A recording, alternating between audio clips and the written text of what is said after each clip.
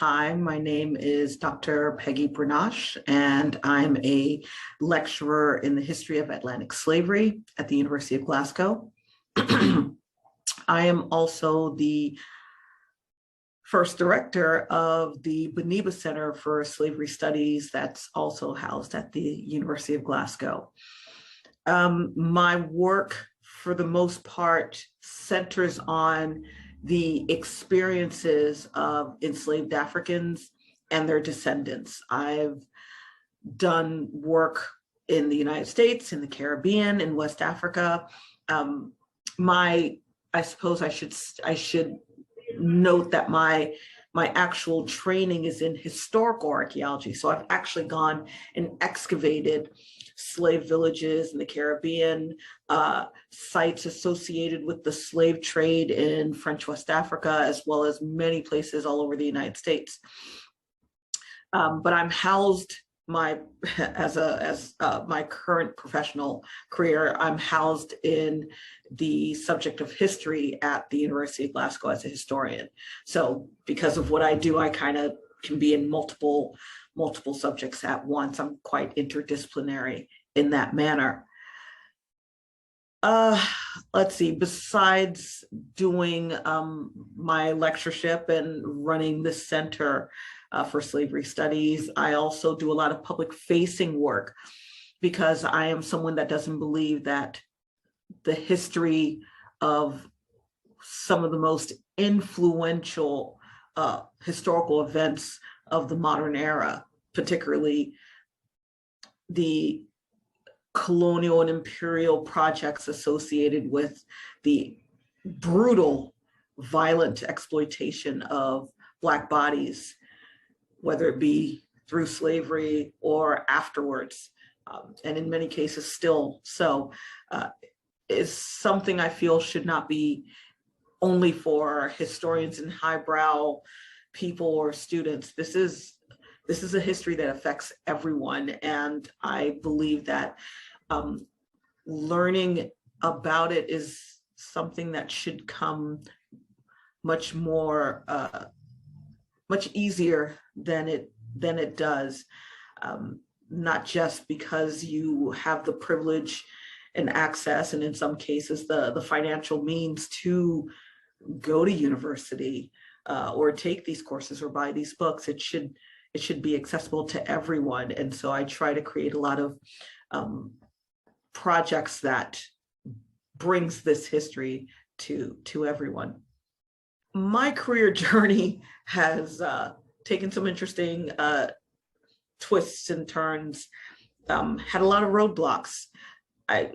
It started out with me, getting my undergraduate at University of Florida in anthropology and archaeology. And then I wanted to do commercial archaeology for a while because I saw some things happening to women in vulnerable positions in postgrad that I just thought, oh, I don't know if I want to think about postgrad just yet. I wanted to kind of have fun and see what else was out there. So I did what's called commercial archaeology for quite some time. But even then, after a while, it became quite obvious there was a ceiling that unless you have advanced degrees, particularly in postgrad, you could only climb so far. And more importantly, I wanted to study my own people. It wasn't satisfactory to see the history of my people, myself as the descendant of enslaved Africans, my parents who were from the island of Haiti. So I'm first generation Haitian American. It wasn't enough to be told that your history is basically you were slaves and then you weren't. And while those of us that are of Haitian descent, who are Haitian or of Haitian descent, have the accolade of saying, we freed ourselves. It wasn't given to us. We took it by force. We established the first free Black nation in the Western Hemisphere. Still, we're still suffering for daring for the audacity of demanding and forcibly taking our own freedom. And for those who were given abolition and eventually their freedom from slavery altogether, are still suffering under the structures of racism, patriarchy, misogyny, class issues, issues associated with anti-LGBTQIA. I mean, there's so many different modes of oppression that we still need to tackle. So my journey in particular was, okay, for me to be credited or be able to even access what it is I want to do, I had to do post-grad courses and get a master's and a PhD. And, I hit a lot of roadblocks. Not just in terms of racism and gender concerns. Even when I told my company that I was going to go to grad school, post-grad school, I actually had a coworker, a white female coworker, said, you can't go and study Black people. And I said, why not? And she said, because that's racist to study your own people. Needless to say, did not pay attention to her, because that is what an imperialist person could say. It's so easy for a white American, white Brit to go and excavate every other person's culture, but the idea of, say, an African coming to excavate Stonehenge is impossible. It would never happen because of the imperialist structures that are in place. So I started figuring out that I had to learn to listen to my own voice and make my own mistakes. If I took the wrong turn, it was going to be because of my choice, not because someone kept me from doing what I wanted. I needed to try on my own. And that was something I thankfully had the tenacity to always listen to my own voice first, and value that, particularly those who are always trying to stop you and keep you from your goals, even if it's with the best intentions.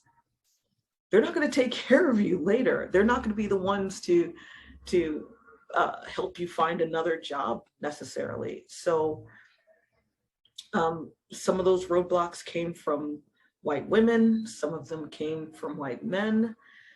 Even those who thought they were not racist and wanted to study, ancient African cultures or whatnot. And sadly, some came from our own people. I actually had a professor that I thought was supposed to be a mentor who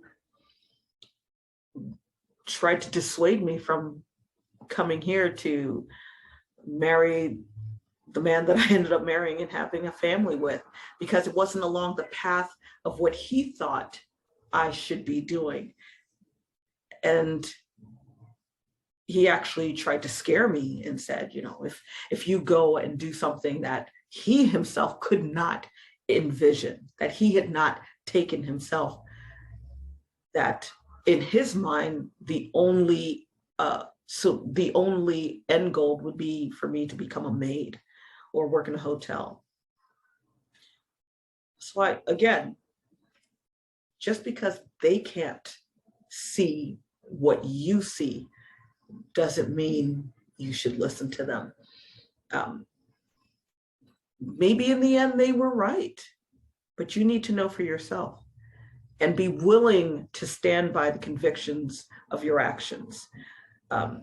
Luckily for me, I think my tenacity and inner strength just said, I will find a way. If I can't go over it, I will go around it. If I can't go around it, I'll go under it. And I also learned to make sure to ask for help. If you don't ask, you don't get. So eventually I took the long way to get to Glasgow, ended up working in some not so great jobs, but still in academia. But there were many times where I thought maybe I need to leave. And so while I didn't have that perfect lectureship yet, I was still finding ways around the problem to get to my goal, which is to educate people about the amazing resilience and beauty and strength and resistance that enslaved Africans had all the time, that our ancestors' lives weren't just about victimization and violence and pain and exploitation, that so much of what we have today is because of them. And there are many aspects that we still celebrate, and only because of their strength and their resistance and their bond are we here now.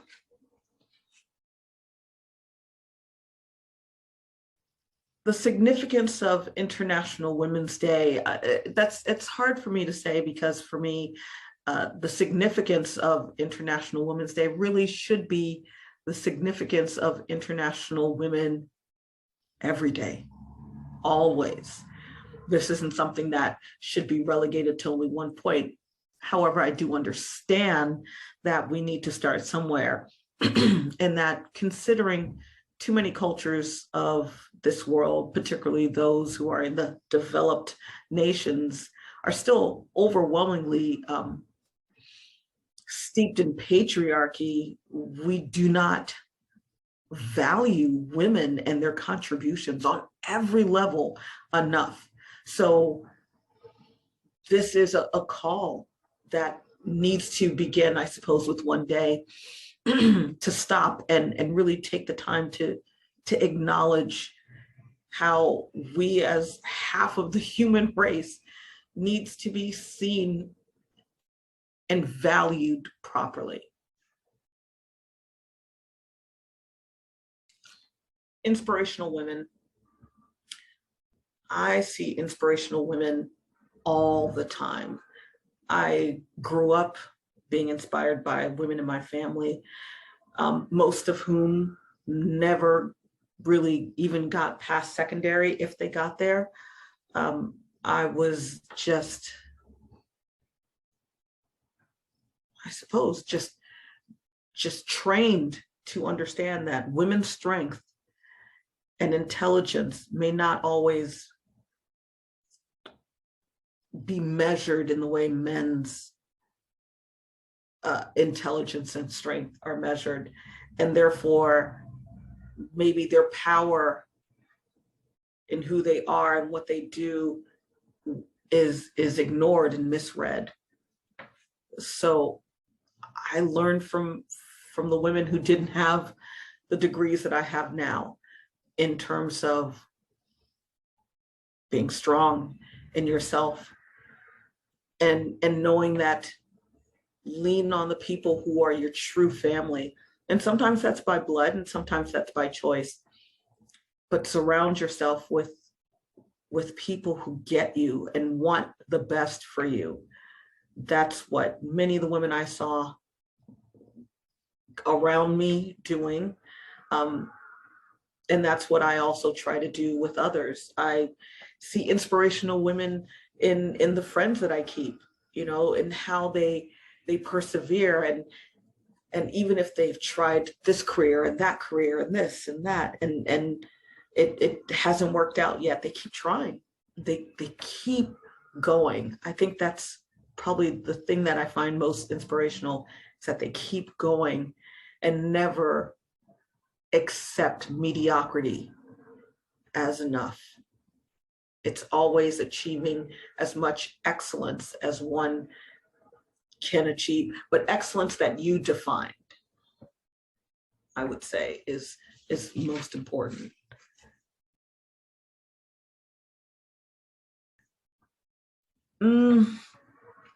Piece of advice for young women is learn to not be afraid to go it alone for a while. You'll find your people. You'll find people, women, hopefully men too, that only want to support you and want the best for you. Do not surround yourself with people who are fake, who belittle you, even in jest, as jokes. People who are going to uplift you, not push you down.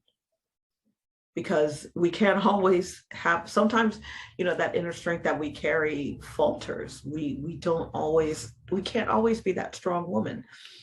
But if we have others around us that we can lean on, we'll get through. You will too. Learn to consider creative methods as to how you get your goal. Maybe it's not the straightforward path. Maybe you kind of have to move like a river, but a river cuts through the land.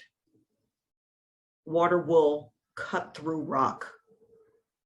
Persistence, creativity, go around it, go over it, go under it, just go, do it your way.